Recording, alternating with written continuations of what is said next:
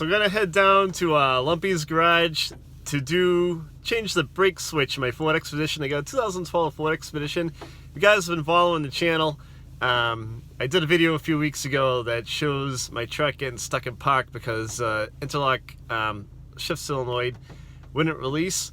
So what I found out is that the culprit is actually the brake light switch. So if the brake light switch is messing up on you and it's working intermittently like mine is, you may want to change it out. It's only a couple bucks to change it. I think I paid like 25 bucks for a Motorcraft one.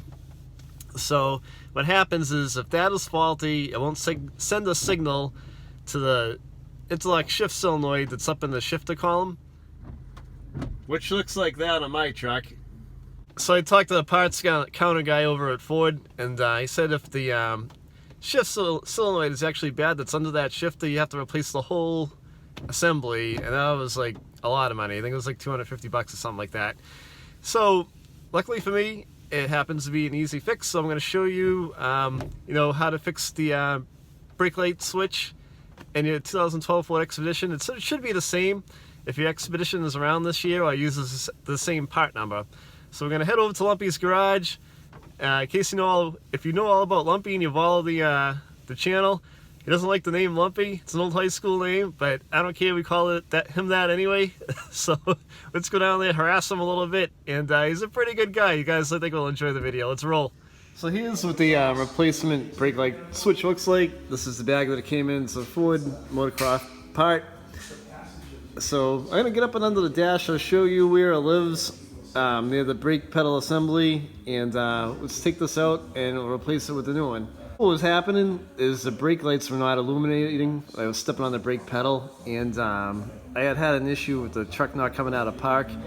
So because of the switch going bad, I wasn't sending a signal over to the intermittent brake solenoid that holds the shifter in park. So what happens is if this doesn't work, that other solenoid, the interlock shift solenoid, won't activate and allow you to go in reverse, because what has to happen is that that other solenoid has to know that your brake is on the foot pedal, the foot's on the brake pedal, so you can shift in reverse. It's kind of like a safety feature. So I'm up and under the dash where the brake pedal is, and if you look under the dash to the left of the brake pedal, that's where it sits, is right there. So what I have to do is try to remove this out of here and hold the camera at the same time. So let's see if we can make this work. So if you rotate this to the right, it should come out of that bracket for you. So let's see if I can get this rotated. Alright, so what you want to do is warm your hand up in there and push that to the right, and then it should come out for you. And there's a connector right there, so you have to disconnect it from the brake switch. So to release the brake light switch from the factory harness, get like a little screwdriver like this one, and you can kind of pull down. It should come free for you. You're trying to release this right here. So the replacement brake light switch should press right back into place and clip right in. So once you have the old brake light switch out, take your new switch, press and listen to it snap, put it right in place, and it should rotate back into that bracket. So then you can reach up and push the switch back into the bracket, which is right there. So you're going to push it in.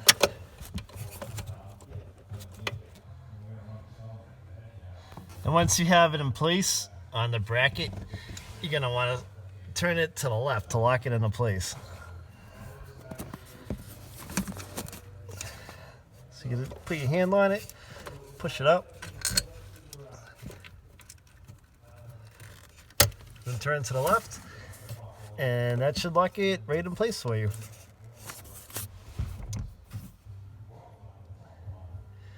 And once you've turned it to the left, it'll lock it in place, and that's kind of how it'll look. You'll give a little tug on it, make sure it's in there secure, it's not going anywhere. and test out your brake lights. So I'm over at Steve's place, so I'm gonna have Steve step on the brakes, make sure that they work all right. Yep, we got brakes. Nice. Yep, they work. So that's all it took to put the replacement brake light switch in. You know, it's pretty easy. It's literally like a 5-minute deal. Doesn't take long at all. Hope this video helped you out. If you liked the video, give it a thumbs up. If you have any questions, leave a comment. I'll reply back. And don't forget to subscribe to the channel. Thanks for watching.